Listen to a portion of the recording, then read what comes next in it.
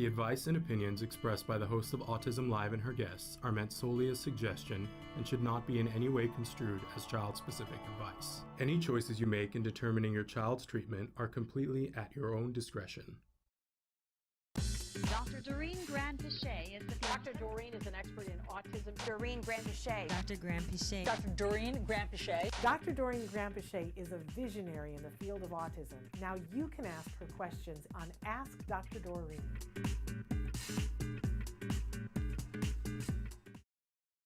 Good morning and welcome to Ask Dr. Doreen. I'm Shannon Penrod and I'm here with the lovely and fabulous Dr. Doreen Granpeesheh. Good morning.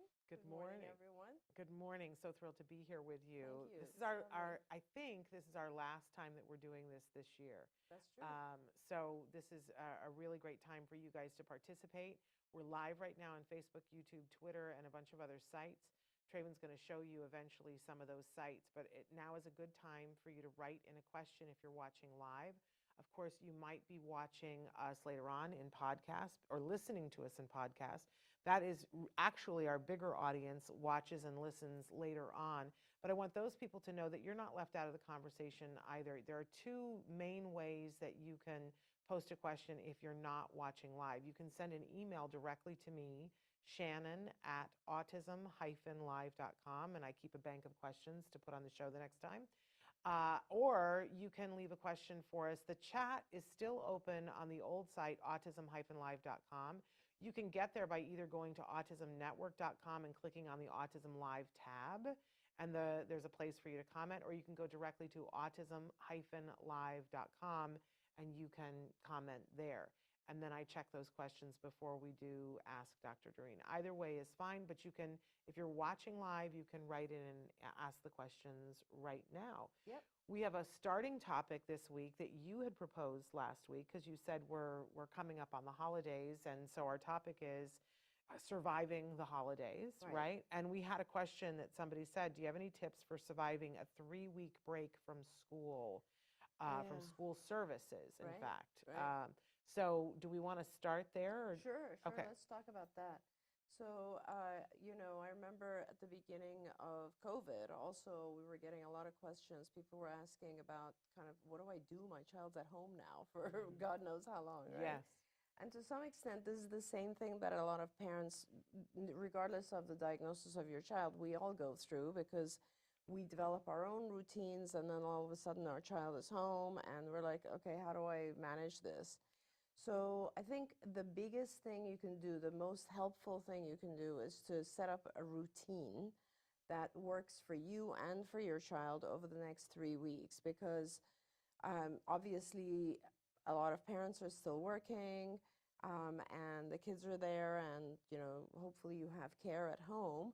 But with our kids, if they are left with not having anything to do, they start to, make up things to do, and those are not always the best things to do, right? Yes. So keeping them busy, I think, is one of the most important things. And I recommend that you think of activities that are of a different type, like different types of activities. So for instance, if you are waking up with your child in the morning, and now look at it this way, you now have the opportunity to teach your child some of the things that during school days you wouldn't necessarily have the time, or the child wouldn't, because you're rushing when you're trying to get your child to school. And there are so many things that parents just do in order to get their child ready. Well, now, if it's possible for you or whoever is taking care of your child to actually focus on some of those activities that take a little bit longer to teach, but will be really useful when school starts up again. For example, just, grooming themselves in the morning. So washing your face, brushing teeth. Brushing teeth is one of those things that is really easy to take care of and teach your child, as well as dressing, actually, just getting dressed. Because the way that we do it, instead of modeling every single step, is as you're doing it with your child, take photos of each step and put those photos on a wall in order, and then help your child follow the pictures. So this is what I do first, this is what I do next, this is what I do. And before you know it, honestly, in 3 weeks, you should be able to teach your child a couple of these different chains of behavior. So getting dressed, for instance, or brushing teeth, or both. And that will be really, really helpful. You're smiling because I bet you did that with Jim, right? Yeah, I can totally picture the pictures that we had of him with one sock on, and then a second sock, and then one shoe on, and a second shoe. Absolutely. And you don't want to do the hard things, like tying shoes, for instance, is a different activity. You just want to kind of get down the order of things, and in a sense, you want to try to get the child to follow directions by looking at the pictures. So that would be an activity in itself. And so you can start with that. And then there's, of course, breakfast, let's say. And this is now your opportunity, if you have time, or whoever is taking care of your child, perhaps prepare the food together, which is always a fun thing if you can, whether it's just getting the cereal. And this is a really good exercise for your kids to learn to just follow instructions, right? Get the cereal, get the milk. Or, if you get the toast, how do I put it in the toaster? What do we want on there? Like, really engage and have fun with it. And perhaps at this point now, you as the parent will need a little break. And it's perfectly fine because your child has now done several things already. And perhaps as they're eating or after eating, you can give them a little bit of independent time. So let's say they can watch something on TV for an hour, or they can go on their iPad for an hour and do some sort of educational activity. And now you come back, and the next activity could be a physical activity where you can go outside. Perhaps dad or mom or whoever is there can do some sort of throwing the ball, catching the ball, kicking the ball, physical activity. Any kind of game that can be done. If there are siblings in the family, this is where they can get involved and help entertain the child and teach the child some things right now. And so now we're already, possibly around, 11 o'clock or 12 o'clock or something like that. And so now maybe you can actually pull out some worksheets. And of course, you can get worksheets anywhere. You can ask the school for worksheets. You can print them online from... They sell them at the dollar store. Oh my gosh, there's so many opportunities for that. And pull out things that are easy, but perhaps this is really important because it helps your child kind of stay in the mode of what's going to happen when they go back to school, as opposed to completely forgetting what's going on academically, right? So they do maybe a half an hour of worksheets, or an hour if they can manage it, and you obviously want to keep an eye on the child and also give them reinforcers for this. And now it's lunchtime, and this is a perfect opportunity to work on preparing a sandwich together, cooking, maybe making some macaroni, whatever it is, but doing that as well together. And now it's after lunch, and after lunch you can definitely have a couple of hours of just playtime. And this is maybe when your child can focus on, if you have any of those wonderful leapfrog toys, for instance, learning their letters, reading, any kind of academic activity, or even adaptive activities that are focused on teaching your child in a fun environment at home. And by now it's probably 2 o'clock or 3 o'clock, and now you're at the point where normally your child would be coming home. Now, if you have errands, this is always a great time to grab your child, go visit family perhaps, go to run your errands. And this is also, if you're going to the mall, make sure that, first of all, this is an opportunity. Everything in life is an opportunity for your child to learn. But do make sure that you do some of the things that are going to help prepare your child for a noisy, kind of chaotic environment. And we might talk about that in a little bit, because a lot of our parents get overwhelmed themselves. I mean, I'm pretty overwhelmed right now, and we're still, far away from Christmas. We still have this week, but I am, we all get overwhelmed with oh my God, did I do this? Did I do that? And then we forget about our kids who are also stressing out. And then we run over to, Shannon, honestly, I avoid the malls 100% now because I just can't handle the chaos. And I can't imagine what it's like for our kids when they go to the mall, and it's just so many people and waiting in line, and you can't even find a parking spot, and then they go in and it's like noise and Santa and ringing and, It's a lot. It's a lot. So, it's really important for our kids that if you do take the child to the mall or any other such place, have a plan, have a backup plan, and a lot of times that involves going back to the car so that the child can calm down, perhaps spending shorter time, bouts of time at the mall, and not just planning the whole day, those types of things, so that, or even if your child has noise-canceling headphones, maybe giving that to the child when they need it, those types of things. But that's how, so having a structured day is really, really helpful. I would put the schedule on a visual calendar so the child, and you can make pictures of all the different types of activities and put Velcro behind them and then change it every day, right? Absolutely. So you have it and you put in like, now we're going to do self-help stuff, adaptive, dressing, brushing teeth, dressing, and then breakfast, have a picture of that. And then you can have whatever the morning activity pictures are and so on. So your child kind of has an idea of what is coming, right? And then you can take them off and put them in a different order or add new ones each day, depending on what the activities are. So that is kind of the best you can do. There are a couple of things. One is get family involved if you can, because you're going to be tired as well. And this is where aunts, uncles, cousins, grandparents, anyone who can come in and give you just an hour respite is going to be very helpful. Reach out right now to people and say, hey, can you help me out Wednesday for 2 hours or whatever it is. Have them come over and do the activities. They can actually take your child perhaps on outings. That would be very good. Anything they can do to kind of give you a little bit of respite. So that's sort of number one. Second thing is make sure that you have a whole bunch of reinforcers available for your child, because I often remind our teams that we're powerless without reinforcers. So make sure you have activities and treats and objects that are powerfully reinforcing for your child. That makes everything easier. And use those.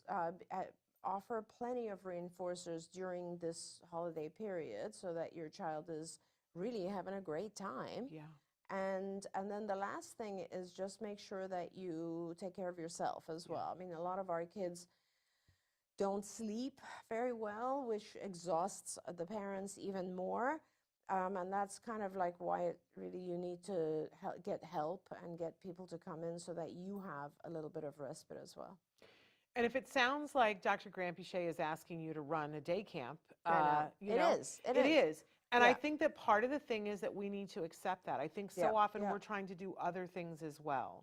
Like maybe this, if your child is going to be home for 2 or 3 weeks, maybe this is when you take some of your vacation time or use some of your sick time or family leave time or whatever that you have to do.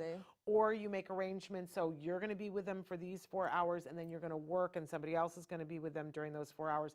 But it's when we try to do 2 things at once. Well, I'm going to try to write this email and run this art activity that we get our capes caught in the fan, which chokes us. 100%. So, for me, I have to remind myself, no, this is the time period where we're going to do this, and that's all I'm going to ask of myself. That I'm going to sit here and we're going to color.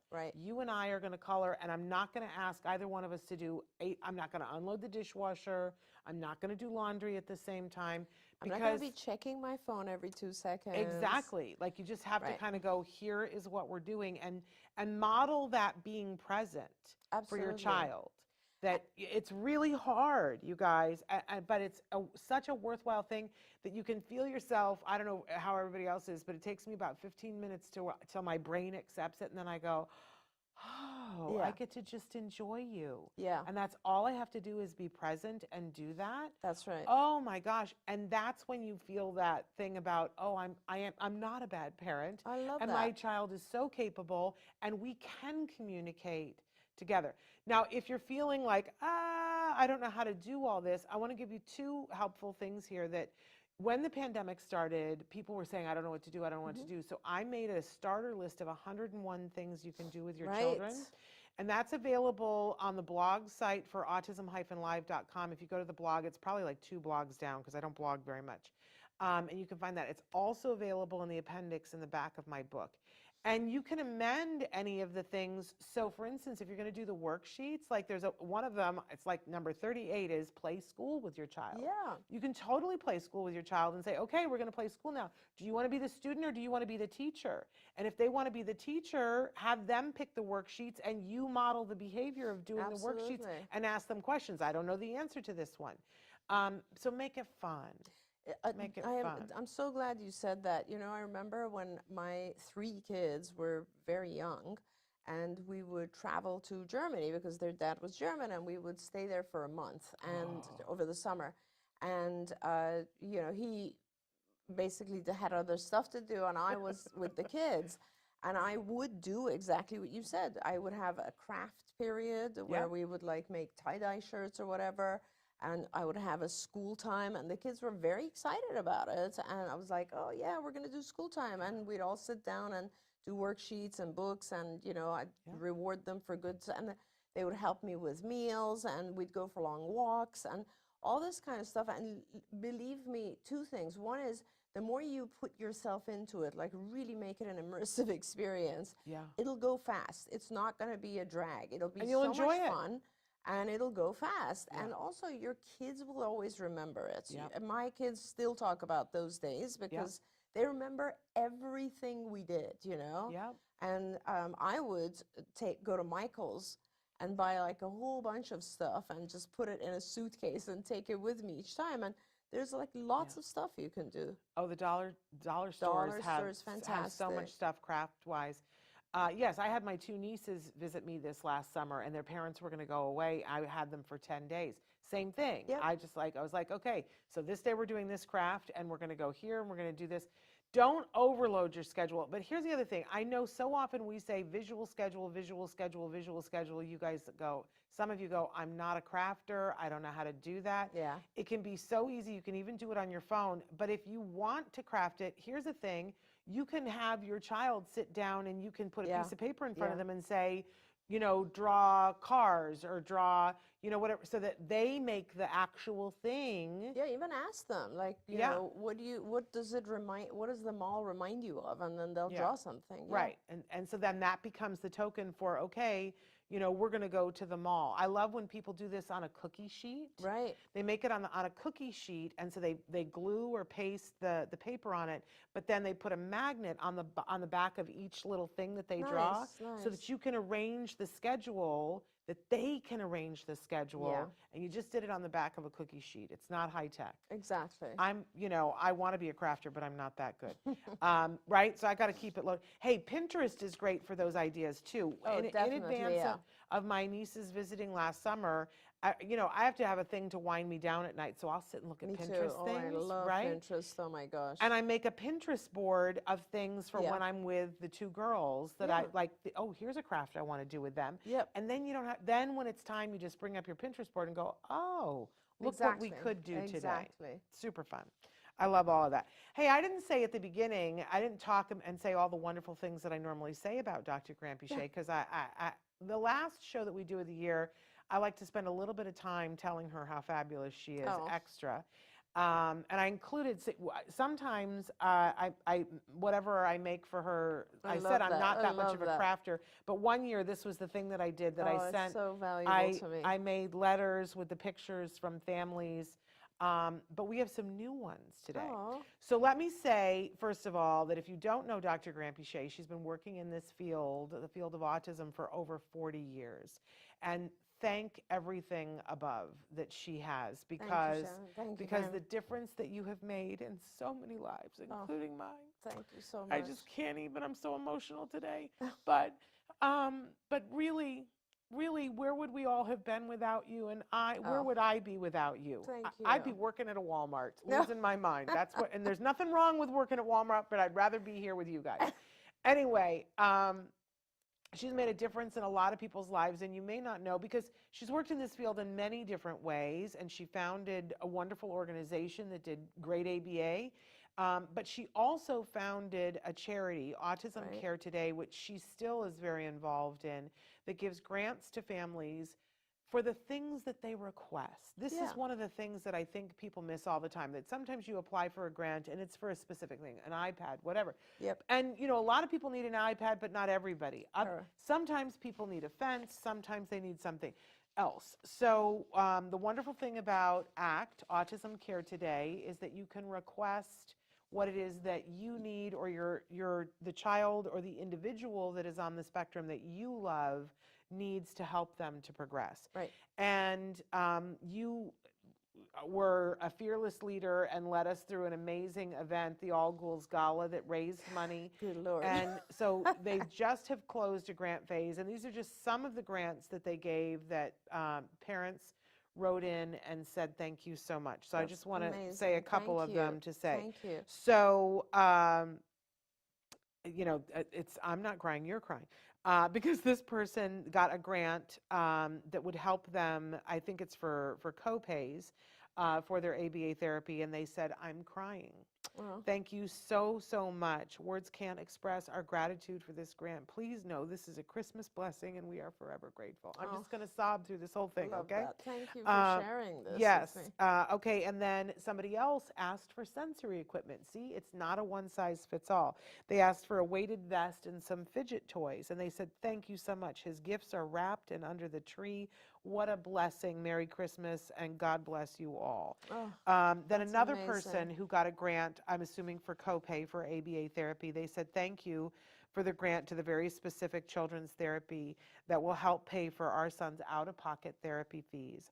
I'm extremely grateful because this money will help this individual in therapy and get him to a better place than he is right now, socially, physically, emotionally, and behaviorally. And you can see the family there. Oh my God, what a beautiful I greatly appreciate family. you and your donors for being here to help individuals like my family and I that are having a difficult time to make ends meet sometimes. May God bless each and every one of you far more abundantly than all you ask or think. Below attached is the family photo, and you guys just got to see that. I'm just leaking. That's just stay with me. Oh my gosh. Okay, then the next one is also a grant towards ABA therapy. They said, thank you so much. I've attached a picture. This grant has helped my family tremendously. Our son is in ABA therapy, speech therapy, and occupational therapy, all of which I have to pay despite having insurance. It was such a relief to receive this grant because it removed the financial stress that our family was enduring due to the cost of treatment. Thank you very much. I am so appreciative of this. I am so grateful.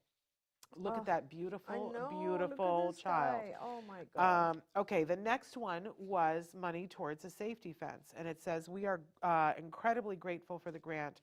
Our two youngest kids are on the autism spectrum. They both love to run and be active, usually in opposite directions. Isn't that the way? The grant we received is going towards a fence so we can fence our backyard in and make it a safe place for them to run and explore. This is monumental for our family since currently it is a struggle to provide them a safe space outside.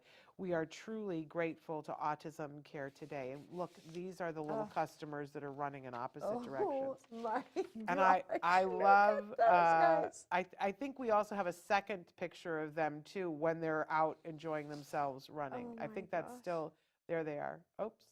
Oh my goodness. Don't they look like they'd be like, They're let's run in beautiful. opposite directions? little And they munchkins. deserve to be able to do that in safety. Then there's another grant that was we had several grants that were specific at the All Ghouls Gala that people could donate specifically to those families, and this was one of those towards ABA. And they said, please send a thank you note to the donor. They truly do not understand Yeah, I know. just how much of a difference and relief this brings our family. Genuinely, I can't thank them enough. I want that family to know that actually a lot of us do know, because a lot of us were walking in your shoes at some point, and even people that are on the board are people who have kids on the spectrum that at some point, I mean, the reason why they got involved with ACT today is because we actually do know and understand what a difference it makes. And then the last one that I'm going to read it was a grant for safety equipment for something called a Wonder Wagon. I don't really know what that is, but I want to look it up. They said, we are so grateful for this gift for our son, the best gift we could have received this year, and thank you so much. Oh my God, I got to Sharon, get that's tissues unbelievable. because I'm absolutely, Oh, okay. that's incredible. Thank you so much for sharing that with me, first of all. And I'm so just, it's such a blessing to be able to do that for some families. And I absolutely want to share those with our board as well, because, you know, our board is 3 gentlemen who have been there from the very beginning with me, you know, Jay O'Connor, Bill Cernius, and Greg Anderson, and they are dedicated to this organization, to ACT, Autism Care Today, and they all put in so much of themselves as well, and I'm sure this will really touch them as well. But I just have to say to you, and I want to thank Sarah too, Sarah Oh my Tweedell, God, who makes our everything dear happen. Sarah, Oh yeah. my gosh. Yeah. But none of it would happen without you. And Well, you need to own that. None of it would happen without you. thank you, Shannon. I appreciate that. What a difference you make. And people are saying that too. Susie Thank says, you. God bless you both. And Taryn says, I'm grateful for this network and for both of you. You guys have given me so much hope on this journey. And I know that there are so many more people who feel Thank this you. as well. That the work that you have devoted yourself to, I just hope you feel on a regular basis, day to day, how much meaning it has given so many of us. Thank you very much. I do, and I love it, and I appreciate it. And you are such a blessing to remind me of that. I did. I mean, sometimes we all need to be reminded of that. Thank you. I appreciate that. I wish there was more I could do. Honestly, I wish there was more I could do, because But you do. it's so tough. Like, people don't realize how difficult it is, you know. As you know, one of my neighbors, who is an adult on the spectrum, just lost his grandfather the other day. His grandfather passed away, and I was at their place, and it's very, very difficult for families to deal with any kind of trauma, you know, and life is just so difficult. I was talking to his mom, and she was saying they're so desperately, of course, as you know, he used to be in our dear friend Joanne's program. Yes. And that was, you know, so that's like one of the things that I would love to help figure out, how we can help some of those adults get services again.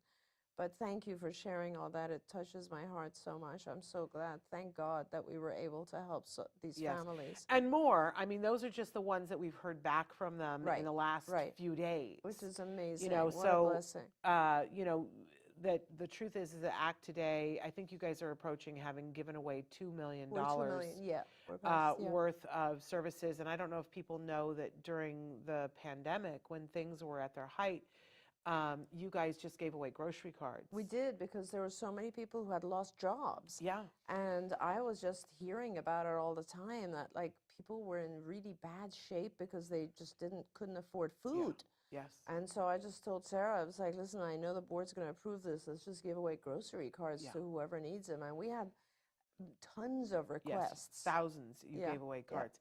So absolutely amazing. And, you know, the grant phase is not open currently, but it will open again. We'll let you guys know when it's open again. And then you can write in and ask for a grant for something that you need up to $5,000. And you know, the grant, the money doesn't go directly to you. The money goes to whatever the thing is that you asked for. So if you're asking for an iPad, it goes to the store where the iPad is purchased. If you're asking for money towards therapy or copay, it goes to the place where you're getting therapy. People have gotten service dogs. People have gotten help with medical, all sorts biomedical, of stuff, everything.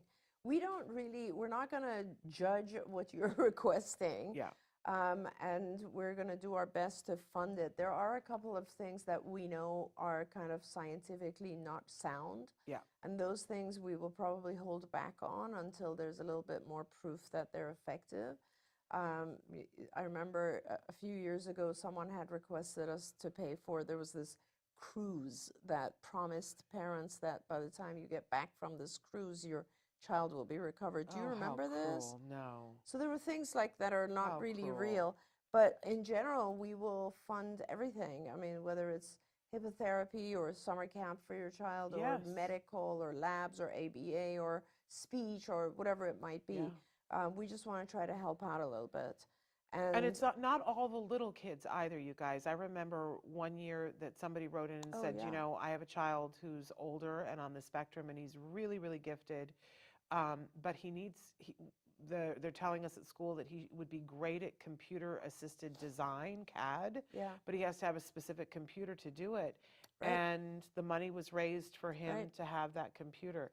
So it's all kinds of things. And I love that about, you know, that it doesn't presume to know what you need. Yeah. It says, the organization says, what do you think you need? Write in and tell us about it. The truth is there's never enough money to fund everything because, you know, we would need to have Bill Gates money and Ryan Reynolds money. Yeah, you absolutely. know what I'm saying? To be able to do all of that. But, you know, there's a lot of fundraising that goes on.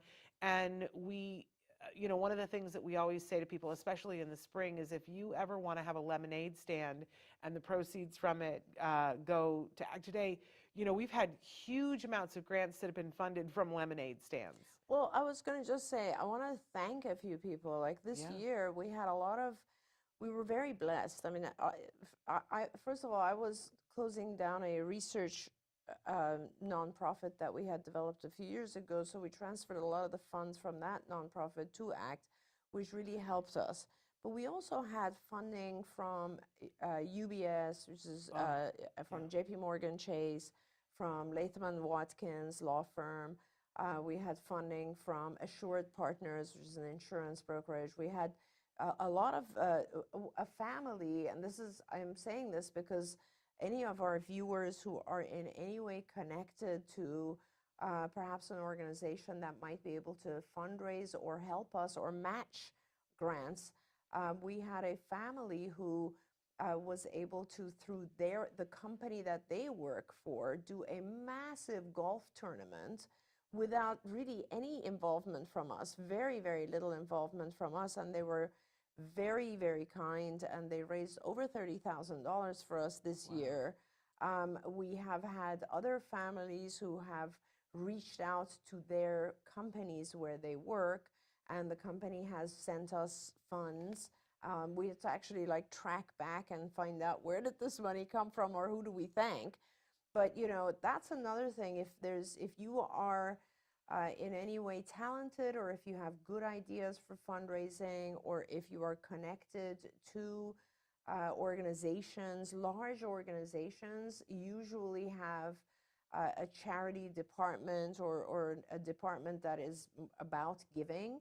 This is the time of year where we ask people to give us grants, fund our organization, because we then can also give, you know, whatever we receive, the person who gave it to us will get a form that they can use for their taxes, and about 50% of your taxes will be written off, because we are a 501c3 organization or nonprofit charity.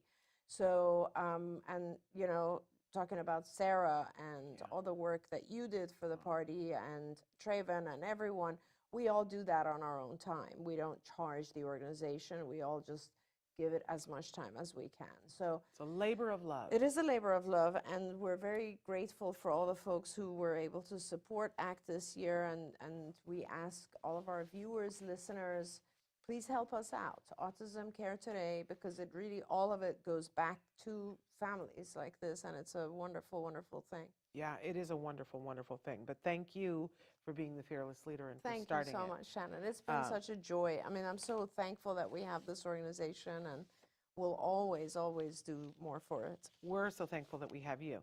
Okay, I want to get back to questions, and I want to say that people can write in questions right now. I promise that you guys always want to ask questions at the end of the show, but write in now. But last week at the end, we had a couple of questions, and I said we would get to them this week, so I want to make sure that I do. Our fabulous Johanny, we're saying hello to you in Philadelphia. She wrote in and said, and you were talking about reinforcers before, about how important they are. She wanted to know last week, Dr. Doreen, how do we teach different reinforcers? I want to give him other things to work for besides snacks and computer time. It's a great question, right? It is a great question. It's a really good question, because the answer that I give you will not be what you expect. Okay. So, you know, so this is one of the things I like about ABA, or like the polished version of ABA, because ABA over the years has changed, right? And so reinforcers, when we think of things that are reinforcing, we, as parents, we start first to like list things that we think are rewarding to us and that are appropriate, right? And you kind of have to tear that list apart and just put it away, tear it up, because a reinforcer by definition in ABA is something that increases behavior, that motivates.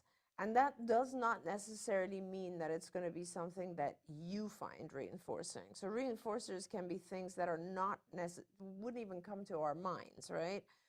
Like I used to have a child whose major reinforcer was he loved having water splashed on his face. That was like a thing he would giggle and laugh, and that was like something he waited for. Whereas generally speaking, spraying water on someone's face is pretty aversive. Yeah. So for him, though, it was like the thing that he Wow. wanted. So Yeah. you have to realize that everybody has different reinforcers. And as a parent, I totally agree with you that we don't want to over sugar our kids. So you do want to have some snacks that are healthier for sure. Fortunately, nowadays, there's like everything possible. There's sugar-free, gluten-free, you know, everything that's possible. You can have anything that you want. But remember that it has to be reinforcing for the individual. So you might think, hey, I don't want to spend that much time on the computer. Right. And why don't I do TV? But the child has absolutely no interest in TV. So what I really recommend, and one of the things we used to have, I think we may have at some point put it on Autism Live, we can do it again, on one of our websites, was we had this huge list. It was like 5 or 6 page long list of possible reinforcers. And you could choose from those based on what your child desired, right? So, and there were things that might not come to mind. For example, swinging would be a reinforcer, or, you know, putting on music could be a reinforcer, or I don't know, texture type stuff, you know, like using a one of those massage thumping things. You know, that could be a reinforcer. So I think we need to get that list back up. And then what you do, obviously, is if you start, let me just put it this way, if you start getting into teaching a child to use a different reinforcer, it's not a reinforcer. Reinforcers are not taught. They are natural things that are enjoyable for the individual. Now, that being said, as I said that, I realized there are certain things that our kids don't have experience with and therefore don't know that they're reinforcing. And once they do experience it, for instance, a child might be scared of one of those massage tools, and as soon as they feel it, they might be like, oh, I really like this, right? Or certain foods, they might have an aversion to certain foods, but once they try them, they'll be like, oh, this is great. So you do have to try things, but honestly, if your child doesn't find that thing enjoyable, then move on. Find something else in the universe that they do like. Yeah, I miss when we used to have the big old school toy stores where you could take your child and you could put them in the cart, and what I would do is just start throwing toys into the cart, and I would see what he would play with, which is a way that you see what they sort of like. Now they still have the small Astra stores that are the mom and pop stores, and they're great because they will allow you to come in and play with everything. I would tell you to find an Astra store near you. It's different. You can't just throw, it's like, it used to be private. You could just throw it in the cart and walk around and nobody would bother you. Now they're going to be right there going, hey, try this. But that's its own form of wonderful. So try that. But go ahead. I just want to say, you just did an incredible toy drive, which is one of the most, like, the value of all this work that you put in, Shannon, aside from, I know you, part of it is the joy of giving toys to kids, which is incredible, but you put so much time into this. Too much. And I have to say, part of the value is just the manual that comes out of it. And being able to look at that, I looked at that the other day and I was like, it's unbelievable. Like, there's so many good toys, and you've listed them, described them, suggested the type and age of child that might benefit from this, things you can do with them. I mean, that's like looking at the Sears catalog of toys, you know. I love it. It is. So I take that's great very pride in it. helpful as well. And you can find the toy guide by going to autismnetwork.com and click on where it says toy guide. If you hold that, it'll take you directly to where it age norms things. I always say start with the age of the child or the adult, the age that they are. Look at what's available there, because we tried to put a wide range of things there, but then go look at everything else, because there are certain toys that, and in fact, we're going to show you in just a second, one of my favorite toys this year and last year, the Shishibo, and it's like, which age category do we put it in? Because it could fit in so many of the different categories. But it's this kind of a thing. I just was at our Sensitive Santa this week, and it's so funny because it's one of those toys that people look at and it's small. So people go, what's that? I'm not sure that I want that. Yeah. And then I would crack it open and everyone, it was like it would stop traffic and everyone, can I play with it? Is it my turn? Yeah. I want to, like, it's so cool. And you wouldn't know that it was a reinforcer until you play with it. Yeah. So let's take a look, and we want you guys to see what the Shishibo is from Fun and Motion Toys. Look at this.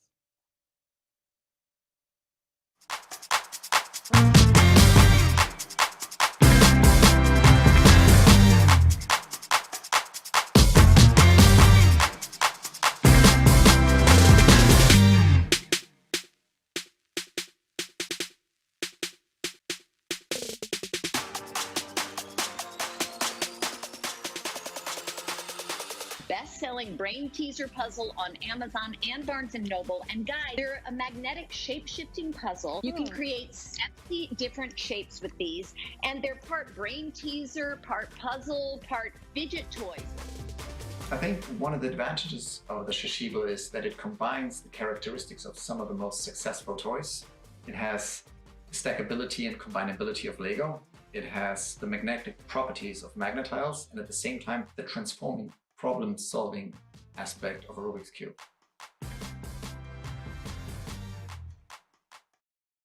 This thing, I just love it. You left one at my house last year, and it's still on the kitchen counter because everyone who walks in like picks that thing up and starts to play with it.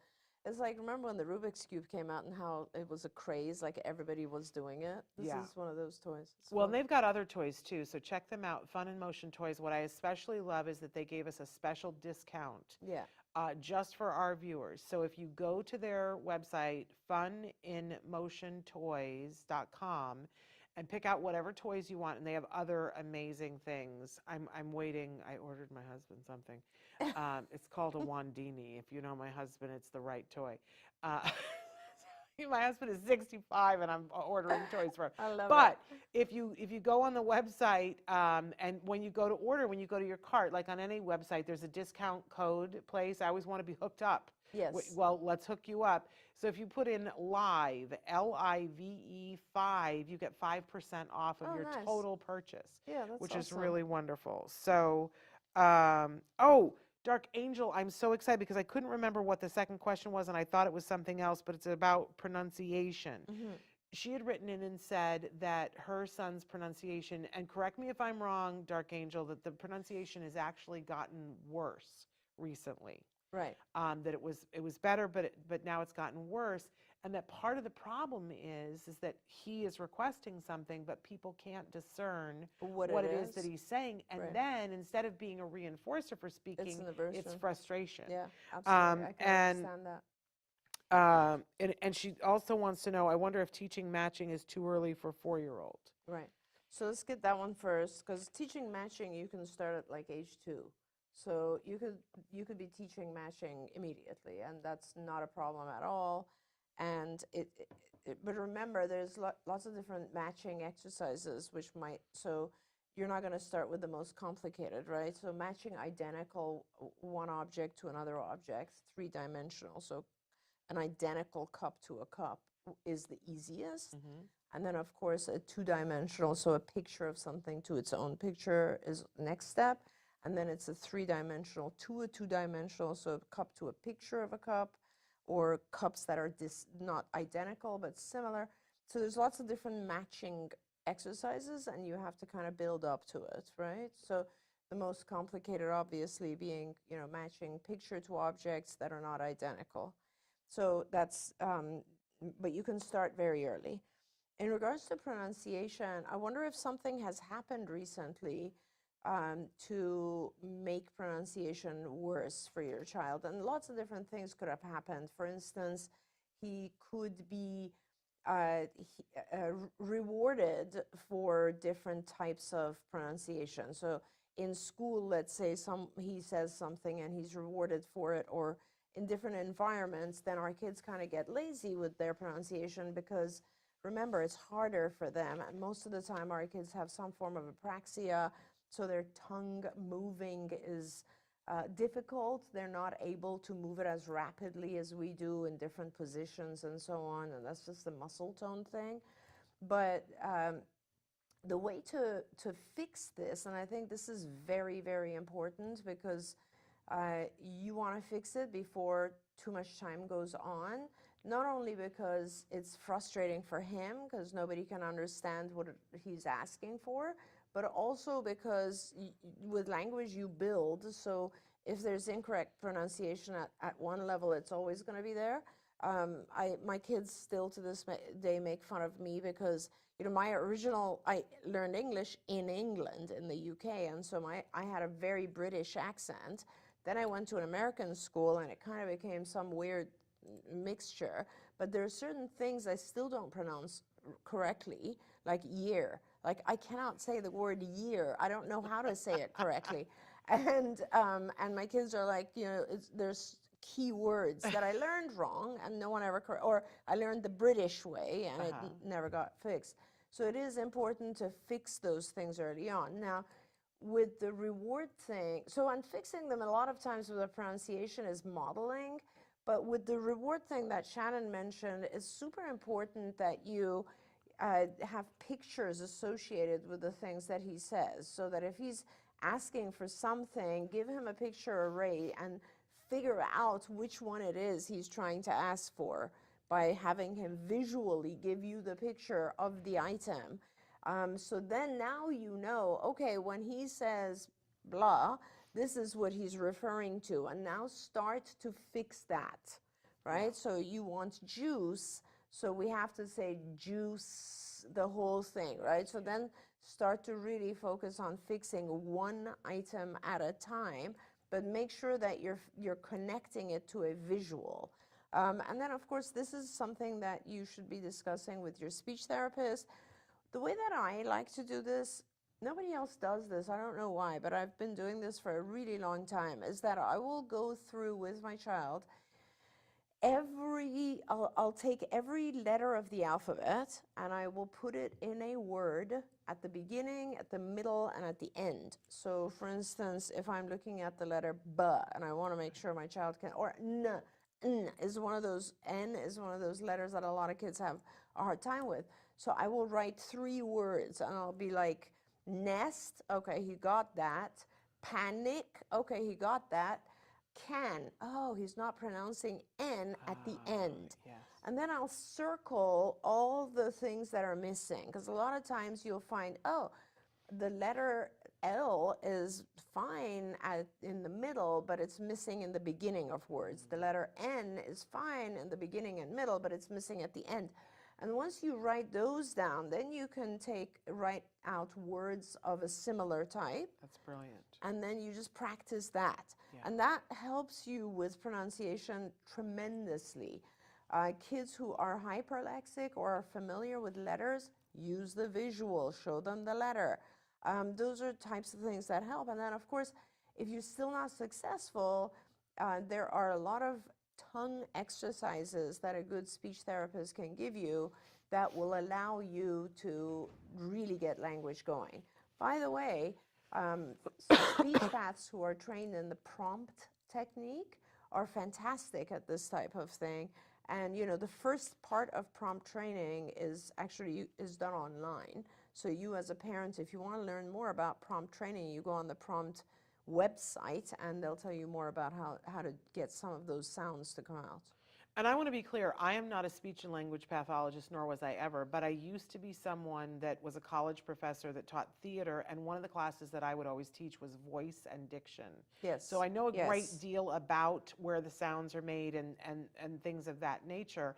And one of the things I loved was when the first time I looked at the skills program, is that there is a whole oral motor section. Yeah. Because I couldn't figure out with my son whose diction was, here I was somebody who had been teaching diction and teaching eradication of things like a lisp and things like that. Yes. And here was my kid who, like, it wasn't working because he didn't have enough muscle tone to even do the tongue twisters that I knew to do with him.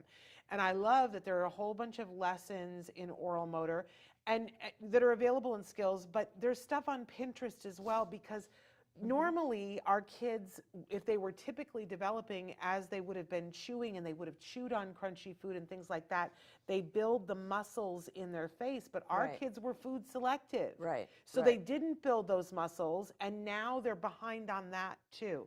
So don't forget about, and you can work on these things doing all kinds of things. You can work by blowing in a kazoo. Helps to build the muscles. Right. I love the minute Party to win it. favor things. Oh, yeah. Those are great because it shows the thing coming out if you Right? have enough air.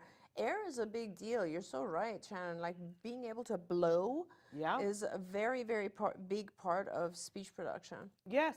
And I even love, if you look right now, everybody's doing these TikTok videos where they're doing kind of minute to win it things with their family for Christmas. Yes. Well, I love the one that we used to do where you put a cookie on your forehead and you have to lean back and make your face do all these things to make the cookie come in your mouth. Right? And the cookie falls off and we all laugh, but you're doing oral motor exercises that tone it up so that they actually can make the sound. That's right. I love that. Or even just like get in front of a mirror with your child, and like one of the exercises we have is obviously touching the outside of your with your tongue. Like how can you touch your nose or which is to great the left, to do at right, a and so on. stoplight with your kids. I mean, we say every moment educational. That's right. You know, I have a niece who has cerebral palsy, and we were constantly trying to come up with different things. Activities, you know, so what we would do is we'd just be walking. We'd go, okay, now let's walk like a duck. Right. And we'd all practice walking like a duck. And she thought it was hilarious, had no idea that we were doing OT. Yeah. You know what I'm saying? We don't have to make it all right. Now we're going to do serious. Be silly. Yeah, absolutely. Put you know, whatever the breakfast thing, yogurt or whatever, and go, okay, and now let's see who can lick it off first. That's a great one. Right? I And love have that. games. It doesn't have to be hard, you guys. We forget. Is it okay to do a simple picture schedule, or more specific the better, for my nonverbal 6-year-old? And they say, I have a hard time sticking to it. I get overwhelmed with my own attention deficit disorder, and sometimes I skip things. Any suggestions?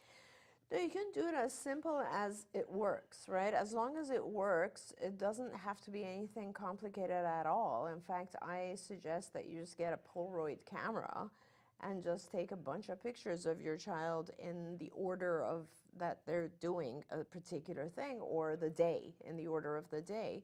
That's it. Just put them on the wall under each other so your child can point to them. Kids who are hyperlexic, we don't even, or who we've taught to read, we don't even do pictures anymore. We just write the activity. It doesn't really matter. I mean, sometimes for kids, stick figures work. So whatever works for your child. And if it's reinforcing enough, they'll remind you. Absolutely. Right? They'll go, wait, you know, it's time for me to get my treat that I get to do this. That's right. That's right. So then you don't have to worry about it. They will start running the program. I'm so glad you said that, because sometimes what we forget, like what I like to do with my picture schedules is I will put the reinforcer picture in as well. So it's like we're doing this, and this, and then you get this reinforcer.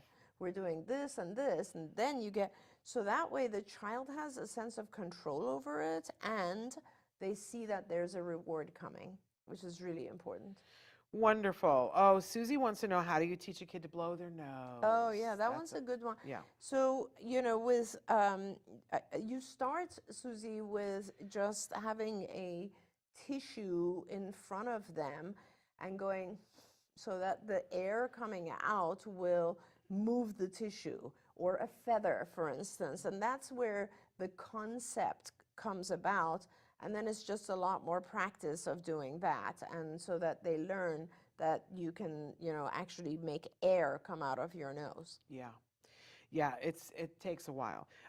We have a question coming in from Korea. They say, my son wouldn't get out of a car when the car pulled out of the parking lot at the building of the PE center. Now he's getting bigger and bigger since he has taken risperidone.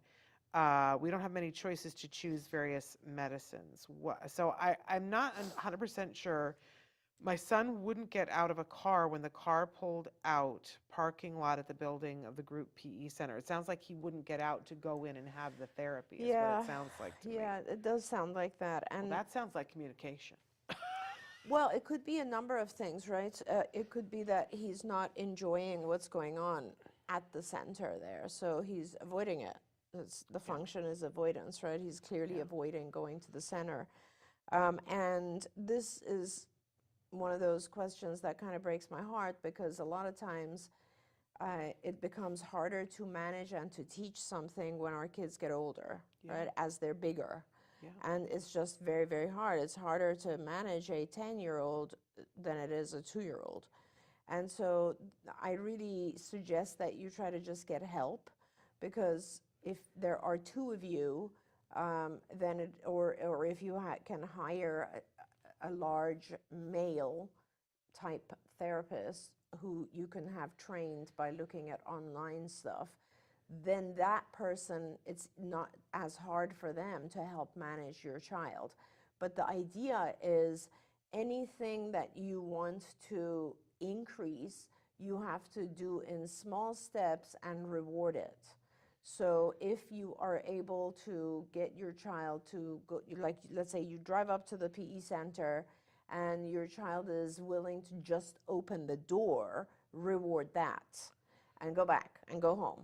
Then the next day they open the door, and the reward has to be very motivating, right? It's got to be something that they don't receive the rest of the day or the rest of the whatever week, but something powerful. And then the next day you're going back and now they open the door and maybe put their feet out. And then you'll reward that. And then after the third trip is they open the door, put their feet out, and actually stand up. And you do this in a way where it becomes a positive experience and your child realizes that they're going to only get that big reward at that site. And now you're gradually increasing what is required to get that reward, and then it works. Yeah. But keep in mind that, you want to find out what it is that's happening there that's so aversive for the child. Yeah, it has to be more rewarding and less aversive. They've written in and said either Abilify or risperidone. He can use mandoperin and a few intraverbal operants. Every day I can't handle his certain stubborn behaviors, and they want to know, how do I teach a visual schedule or the benefits of exercise? Yeah. So I don't, it's not it's not being stubborn, it's just demanding what you want in a certain way. Yeah. So it's kind of like with typically developing kids, they also, everyone, not just kids, but everyone is stubborn, let's say, about the things they want and don't want. We compromise because there's a different reinforcer available. So let's say for all kids, they don't want to go to school. Nobody wants to go. Why would you want to go to school, right? It's so much more fun to stay at home, sleep in, play, watch TV, whatever. Yeah. But we go to school because there are primarily two reinforcers involved with going to school. One is friends for typically developing kids, and our kids on the spectrum don't benefit from that because they don't develop friendships and they don't have that social desire of a friendship. And the second reinforcer for most kids is the parent being happy with them. Yeah. And again, our kids don't experience that too much because they're not aware of it, right? So there are a lot of reinforcers in the environment that are not meaningful to our kids, right? And on top of that, the school environment is probably more noisy and annoying for our kids. So it's kind of like not just not reinforcing, but aversive as well. So what you have to do is you have to cut down your child's activities into very small chunks, like, getting ready. Okay, that is one area where he is stubborn.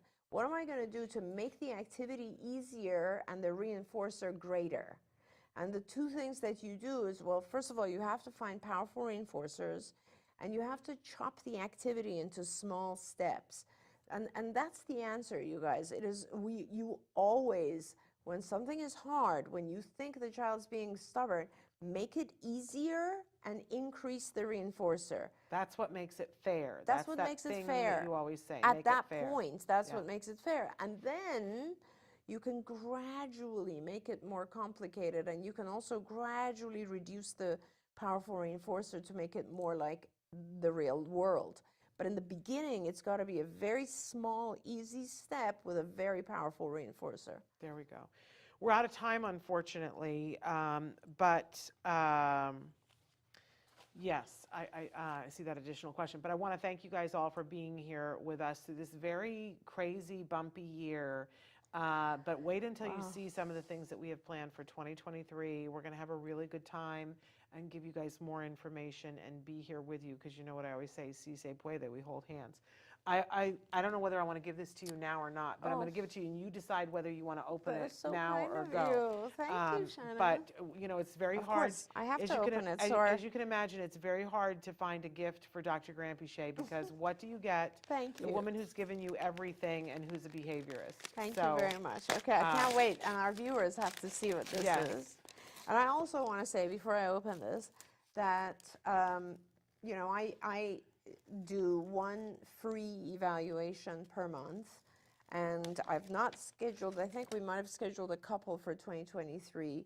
So if you're interested, I'm happy to do an eval for you on Zoom, no charge to you, and just First come, first send serve. us an email. Write to me, Shannon@autism-live.com. I cannot wait to see what this is. You can't see what it is yet? Fluent Pet. Let's see what this We've is. Talked about this before. Have we? Yes. And you were not 100% sure, but then you were like, sort of like, maybe. What is so it? this is where it's the buttons that you can teach your dog. This is basic vocabulary that you can teach your dog how to talk. Oh. And I researched, everybody said this is the God. one. Because she has 3 dogs. One in particular, the one I think that you don't think, but I think that dog wants to talk to you. Which one? Harper. Harper, I think that Harper has things Yeah. that Harper would like to say to you. Oh my gosh. Well, so I cannot wait. I cannot I can't wait, because I can't wait to hear what. Thank you. But it might be so- Blaze. I don't know. What an amazing. I love you. Thank you so much. I can't even. I can't wait to hear the stories you tell about this. you What know, do you like- get a behaviorist who Because has my dogs? little dog already talks to me. Like Yeah. whenever she wants something, she will literally come up and tap Yes, you. yes. So this is amazing. Thank you so much. What a thoughtful And, gift. and I maybe love Frank, it. I don't know. But anyway, it's the basic vocabulary so Thank that you. you can get started. I love this. Kind of crazy. All right, you guys. We are back tomorrow for one more live show, and then we've pre-taped our Thursday Let's Talk Movies, which I think you'll find very fun. There's one point that's just really hilarious, off the chain hilarious, but we already pre-taped it. But we're back live tomorrow, and we will have a very special guest tomorrow. I can't say who, so you'll want to tune in to be with us then. Until then, give your kiddos a hug from me and one for you too. Bye-bye for now. Bye, everyone. See you in the new year. Don't forget, you can watch Ask Dr. Doreen live every Tuesday morning at 10 a.m. Pacific time. We hope to see you there.